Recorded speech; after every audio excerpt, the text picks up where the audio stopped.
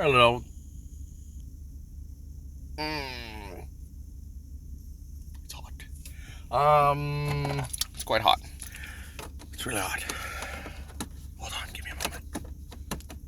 I have had the most difficult of times trying to get this key into that. You would think that it's quite simple, but I mean it's got those little prongs on the very end of it that widens ever so slightly. So even if you do hit the hole, it doesn't go in. It has to be sitting straight on in order to get it. So it doesn't suck. It's just I'm going from an actual key. So which I'm gonna go to the dealership and I'm gonna find out if I can actually change this truck up to have the push button. Um, They told me like it was like $200 and something or something. There is a touch and go system, and then there's a push button system. Now the touch and go system is not to be confused with the um, push and go. The push and go is literally no different than me having my fob key, and I have that key on me, and I push it. I don't know how that works. If it goes into, I can be in the car and push the button, and it will start and run no matter what. Basically, the car will never need a key. I don't know how that works. I'm gonna have to find that out. Or I actually have to get a touch and go key. I don't know. I got to figure that crap out. But we're gonna go to the dealership. We're gonna find that out. But that's the press and go. Now the touch and go is the one that the newer Rams have, or the more higher end level Rams that has like those BMW type keys that doesn't have a key on it. The key's just in it. Where as long as you have the key in your pocket, it starts, it runs, it unlocks the door. It's not like fancy stuff. This truck doesn't have either, and I'm going to look and see what it would cost to get both of those. And I'm going to go look and see. I have to go home and then find out about that for the microphone. But I don't know how. But I got switched over to the fuel thingy. Don't know how. But it did. I'm not sure. It has though. I do have to find out. There is something weird that I'm thinking it just goes by whatever my handle is, but the truck is using more fuel than it should. It could be because it's only got 45,000 miles on it. It could be because the truck's been sitting tilted. I don't know. Or it may be like my other Ram where I put that fuel in and that's how high it is and then it settles. I don't know. But we'll know. But anyway, what this video is about is the transmission for this truck. The 845 RE 8-speed transmission. There's a controversy. I forgot where I was going. That's out there on servicing this transmission. Okay. Essentially, you do need to service the transmission. I'm not going that way. You do need to service the transmission if you use the transmission outside of the manufacturer's specification. In other words, the dealer calls it a severe usage. So if you use it more severe than what they recommend, there is a service interval. There is a service interval for normal use, but it's so high up there, by the time you actually need to service the truck, you're getting rid of it anyway. But the controversy is actually changing the fluid itself, ironically. In most cases, you're always going to hear about a temperature that you need to do this. Now, in the service manual, specifically the one that I have, the two that I have, when it comes to actually draining the fluid and, doing a fluid and filter change. What time is it? I don't know, because I don't have a freaking clock set. Essentially what goes on is you can change, according to my factory manual, you can run the truck right now at whatever temperature. I think it's about 170, 173 degrees Fahrenheit. and then park the truck, level ground, get underneath it, burn the hell out of yourself, pulling the drain plug, and then burn the hell out of yourself with the fluid that comes out of it. And then you do your fill, and then when your temperature cools back down to whatever level temperature it's supposed to be, you check the fluid after shifting through all of your gears. Now, the controversy with that is that there's a special temperature that's not even operating temperature that is expected for you to be at to check the fluid, which I have no argument with that. I mean, yeah, it needs to be at a certain level to check, but when it comes to actually spilling and filling, even my manual says that if I'm spilling and filling, there's no temperature required.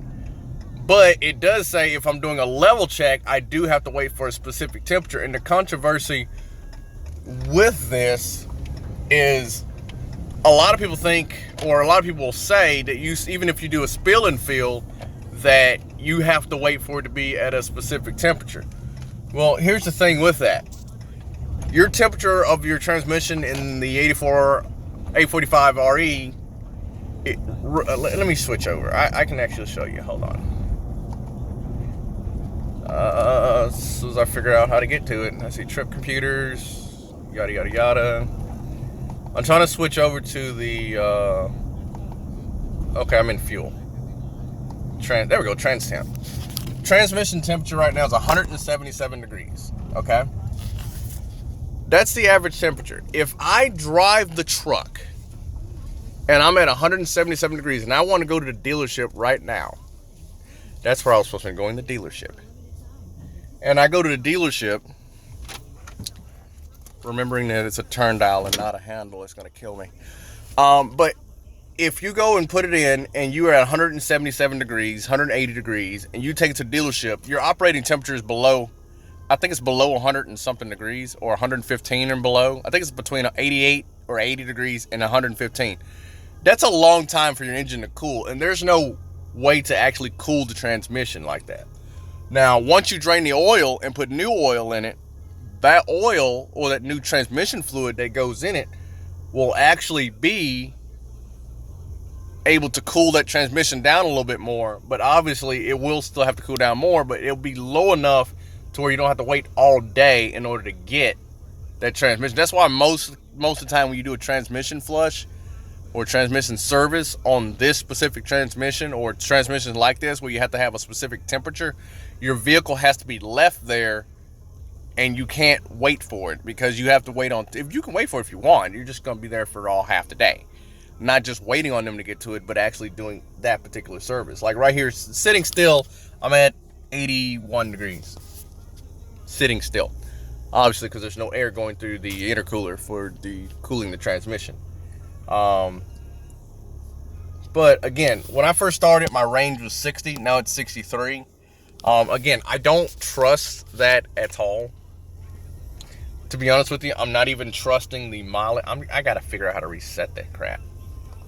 As soon as I do, it's on. Oh wait, it says it right next to it. Hey. Oh, you have to hold it. I swear to God. I'll be damned. I've been pushing it. I've never been holding it. Huh. Need to start reading. Oh well. But yeah, I have to set the. I don't want to set the time, because if I set the time, I'm just gonna do it again when the seatbelt comes.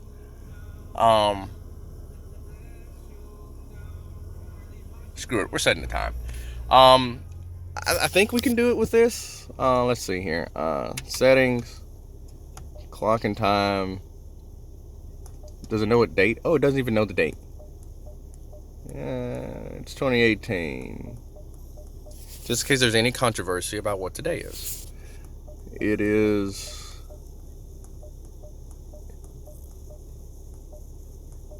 Is it the 19th or the 20th? I don't know. I can't swipe the thing. I want to say today is the 19th, but I'm not quite sure. It is April, though. Damn it. What is today? My package came on the 19th.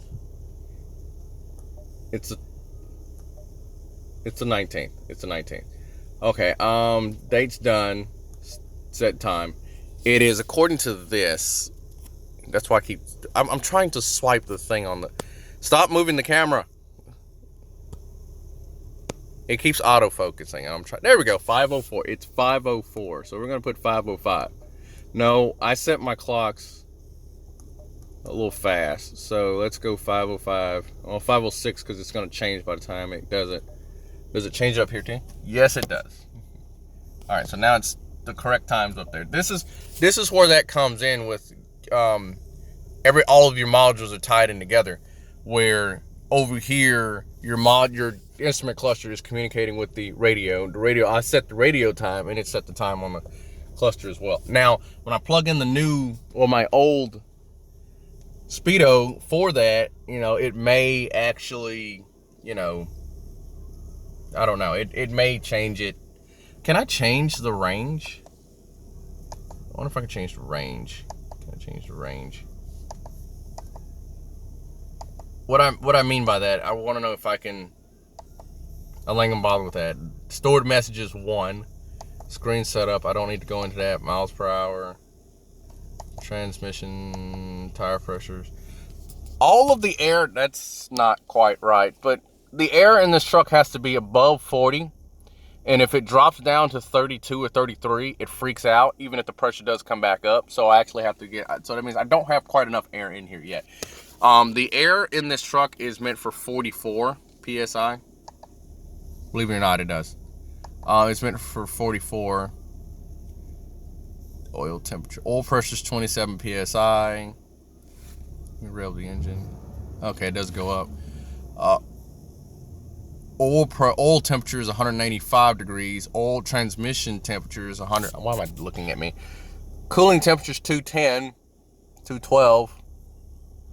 I do not know what these trucks run at. Oil life, which I won't say this. This hasn't been changed, by the way. And the reason that hasn't been changed is because remember when I got this truck, it was just after they got the oil change. So it got flooded just after the oil change. So that's actually still not completely accurate, but not completely wrong either. So we're not going to bother with it until it comes time. I can't reset the range. I was hoping I could reset the range so it would relearn, how far it can drive on the tank. But I don't know. Let's see, what else do we have in settings? Let's see. Display, I think that was just the language and voice what the hell is that? Oh. How long it does it. And then you have the beeping noise. I can even control the headlights and everything with this. Off delay, flash when lock, wipers and, hold on, what's that? Wipers and light automatically turn on the headlights if your wipers are on. You do know we have to check that, right? I have to turn it to auto. Okay, we have to check that feature. We have to. We have to check that feature now. Because that is not originally part of that. That was not originally part of the ST model. But, alright, headlights are on. I mean, not headlights on. Only the wipers on. That's on auto. And we're going to see. Oh, they do. Okay, so it does. That is not a feature that is on the that was on my truck previously. That's not a feature that was previously on it. So it does work. I'll be damned. And the reason for that is that this isn't the Radio Ford. Flash with lock. Illuminated approach. Amount of time the headlights will stay on after unlocking the car. 30 seconds. I think that's all we have as far as phone and Bluetooth. I don't want the serious crap. I am going to have to play with this. I don't even know if you guys even seen what I was seeing. But I'm going to play with this here for a little bit. Then go inside. I'm going to scratch that crap off. And I think about that time, it'll be near time for me to go to work. So I'm trying my best to drive this as much as possible. Because just letting it sit there and shifting through all the gears, And when I say all of the gears, I've only got 3. Reverse, neutral, and drive.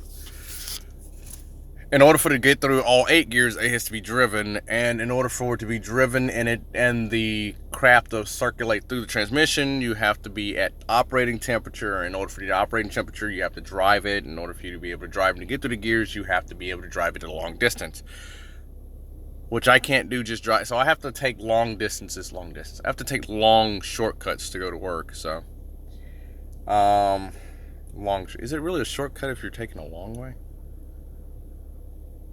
No, I don't think it is. There's a longer way to go to work. I don't take the longer way. There's a shorter way to go to work. I don't go that way. There technically isn't a normal way to go to work, since there's 3 train tracks between me and work, and multiple ways of getting to work is what you have because of the train or trains. If you're lucky, there's not trains.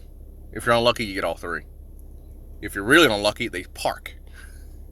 But I don't even remember what the title of this video was. It was about the transmission. That's what it was. Right now I'm still doing the transmission flush, which again has to be driven to do. But as you guys saw, well, you guys will see because this video is going up first. It does drive fine. It does do great. You do realize that I was just trying to turn the fan up for the AC, and I almost shifted this bitch out of park. And yes, there is a locking mechanism to keep you from turning the knob. But if you're used to acting like a pikey, you can turn it from park to neutral, drive, and in reverse. Not in that order. But neutral, drive, yeah, not in that order. But you can switch it even though you don't have your foot on the brake. You're going to break the mechanism inside, but you can do it. It can be done. I've done it. Okay, I didn't mean to do it. I thought that this was before I changed it. It was messed up anyway because it was under that part was underwater anyway, but I thought it was jammed, so I broke it. But I'm probably going to put this door panel back on. Actually, I got to put both door panels back on. Well, they're on, but they're not screwed down. I got to screw both those down. I got to put this seatbelt panel back on. The other one can't go on until I get another seatbelt. I can put the floor trimming back on.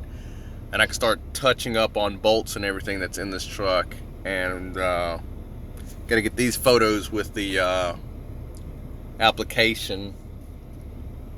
And I'm going to find out when I get an inspection, and when I get an inspection, I will take you guys along. They won't let you video the inspection.